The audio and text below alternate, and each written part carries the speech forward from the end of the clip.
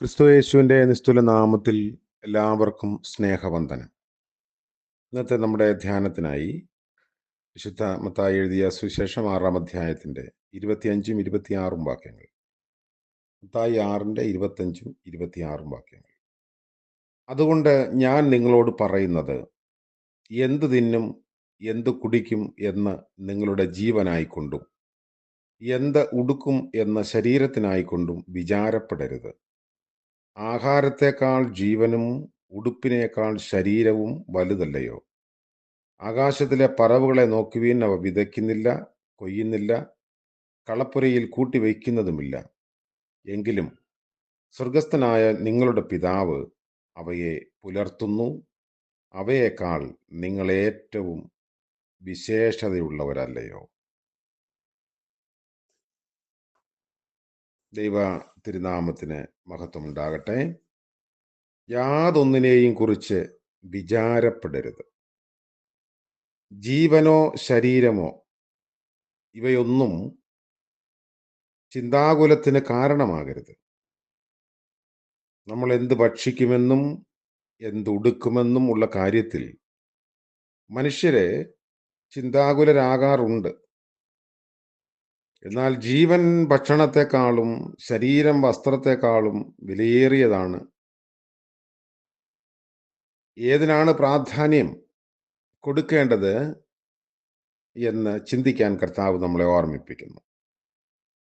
ഭക്ഷണത്തെക്കാളും ശരീരം വസ്ത്രത്തെക്കാളും വിലയേറിയതാണ് എന്ന തിരിച്ചറിവ് അനിവാര്യമാണ്. യാതൊന്നിനെക്കുറിച്ചും ചിന്താകുലരാകേണ്ട. നമ്മുടെ ആവശ്യങ്ങളെല്ലാം സ്തോത്രത്തോടുകൂടെ ദൈവത്തോട് അറിയിക്കുക അത്ര വേണ്ടത്. സ്തോത്രം അല്ലെങ്കിൽ താങ്ക്സ് പറയുന്നത് ലഭിച്ച് കഴിയുമ്പോഴാണല്ലോ. പരിശുദ്ധാത്മാവ് ഇവിടെ അർത്ഥമാക്കുന്നത് ലഭിച്ചു കഴിഞ്ഞാൽ എത്രമാത്രം ധൈര്യമുണ്ടോ ആ നിലയിലും ധൈര്യത്തിലും വേണം പ്രാർത്ഥിക്കാൻ എന്നാണ്. ഇവിടെ പ്രാർത്ഥനയിൽ വിശ്വസിക്കാനുള്ള വിശ്വാസത്തെ കാണിക്കുന്നു. ദൈവഹിതപ്രകാരമുള്ള കാര്യങ്ങൾക്ക് ദൈവത്തിൻ്റെ വ്യവസ്ഥയിൽ നമ്മൾ പ്രാർത്ഥിക്കണം.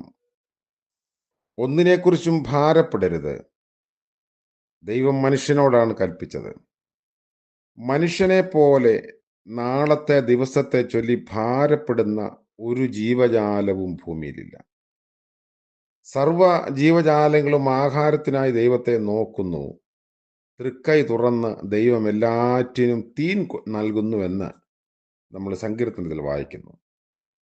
നാളത്തെ ദിവസത്തെക്കുറിച്ചുള്ള ചിന്താഭാരം ദൈവത്തിലുള്ള വിശ്വാസക്കുറവിൽ നിന്നുമായിരിക്കാം ഉളവാകുന്നത്. നമ്മുടെ ജീവനെക്കുറിച്ചും ഭാരപ്പെടേണ്ടതില്ല. ഈ ലോകത്തിൽ ഒരുവൻ ഏറ്റവും കൂടുതൽ കരുതൽ കാണിക്കുന്നത് ജീവനാണ്. ഒരുവനുള്ള ഏതൊന്നും തൻ്റെ ജീവന് വേണ്ടി മറുവിലയായി കൊടുക്കും.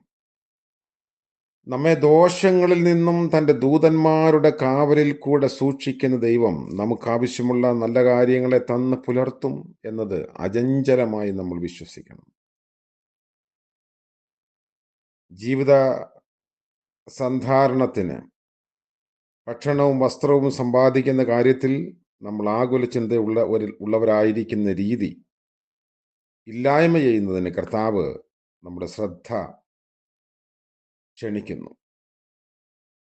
ഭാവിക്ക് വേണ്ടി കളപ്പുരയിൽ കൂട്ടിവെക്കുന്ന മനുഷ്യൻ സാധാരണ പക്ഷികളെയും ദൈവം സൃഷ്ടിച്ച് പുലർത്തുന്ന ഇതര ജീവജാലങ്ങളെ നോക്കി പാഠം പഠിക്കണമെന്ന് ഓർപ്പിക്കുന്നു. വിശുദ്ധ ലൂക്കോസ് 12-ാം അധ്യായത്തിൽ കാക്ക ദൈവത്താൽ പുലർത്തപ്പെടുന്ന പക്ഷിയായി പറഞ്ഞിട്ടുണ്ട്. അതിന് കാരണം ഇതാണ്. അത് അശുദ്ധ പക്ഷിയായി ലേവ്യ പുസ്തകത്തിലും ആവർത്തന പുസ്തകത്തിലുമൊക്കെ വായിക്കുന്നുണ്ട്. വളരെ ആർത്തിയുള്ള പക്ഷിയാണ്. ദൈവം ഇത്രമാത്രം ഭക്ഷണത്തിന് ആർത്തിയുള്ള പക്ഷിയെ പുലർത്തുന്നുവെങ്കിൽ മനുഷ്യന്റെ ആവശ്യങ്ങളുടെ നിർവഹണത്തിന് ദൈവത്തിൽ ആശ്രയിച്ച് ജീവിക്കാൻ സാധിക്കും എന്ന് പറയുന്നു. ഏലിയാവിനെ പുലർത്താൻ ദൈവം കാക്കയെ നിയോഗിച്ചതായിട്ട് നമ്മൾ പഴയ നിയമത്തിൽ രാജാക്കന്മാരുടെ 1-ാം പുസ്തകത്തിൽ വായിക്കുന്നു. അപ്പോൾ ഒരു ഭാഗത്ത് നിഷിദ്ധമായ അശുദ്ധമായ ജീവിയെന്ന് ചിത്രീകരിക്കുന്ന കാക്കയെ ദൈവം പുലർത്തുകയും ദൈവത്തിൻ്റെ പദ്ധതിക്ക് വേണ്ടി ഉപയോഗിക്കുകയൊക്കെ ചെയ്തിട്ടുണ്ട്. അപ്പോൾ ദൈവം എല്ലാറ്റിനെയും ഒരുപോലെ കരുതുകയും സ്നേഹിക്കുകയും ചെയ്യുന്നു. അങ്ങനെയുള്ള പക്ഷികളെ കരുതുന്ന ദൈവം തൻ്റെ സാദൃശ്യത്തിലും സ്വരൂപത്തിലും സൃഷ്ടിക്കപ്പെട്ട മനുഷ്യരെ എത്രയധികമായി കരുതും. നാളെയെക്കുറിച്ച് പ്രതീക്ഷ വേണ്ട എന്നല്ല, കണക്കുകൂട്ടലുകൾ വേണ്ട എന്നല്ല പഠിപ്പിക്കുന്നത്. നാളെയെക്കുറിച്ചുള്ള വിചാരപ്പെടലുകളിൽ ഇന്നിൻ്റെ സാധ്യതകളും നന്മകളും നഷ്ടപ്പെടുത്തി കളയാതിരിക്കാൻ കർത്താവ് നമ്മളെ ഉപദേശിക്കുന്നു. ദൈവം നമ്മളെ പുലർത്തും ഓരോ നിമിഷവും. ആ വലിയ ധൈര്യത്തോടെ ജീവിക്കാം. ദൈവം നമ്മളെ അനുഗ്രഹിക്കട്ടെ. പ്രാർത്ഥിക്കാം. കരുണ നിറഞ്ഞ വാഴ്ത്തപ്പെട്ട ഞങ്ങളുടെ ദൈവമേ, സ്വർഗീയ പിതാവേ, അനുഗ്രഹീതമായ പുതിയ ദിനത്തിൻ്റെ പ്രഭാതത്തിനായി സ്തോത്രം. ഞങ്ങളുടെ ജീവിതത്തെക്കുറിച്ചുള്ള ഭാരങ്ങളും ആശങ്കകളും ആകുലതകളും ദൈവസന്നിധിയിൽ അവിടുത്തെ വചനത്തിന് മുൻപാകെ ഇറക്കി വയ്ക്കുവാൻ ഇടയാക്കുന്നത് ഓർത്ത് സ്തോത്രം.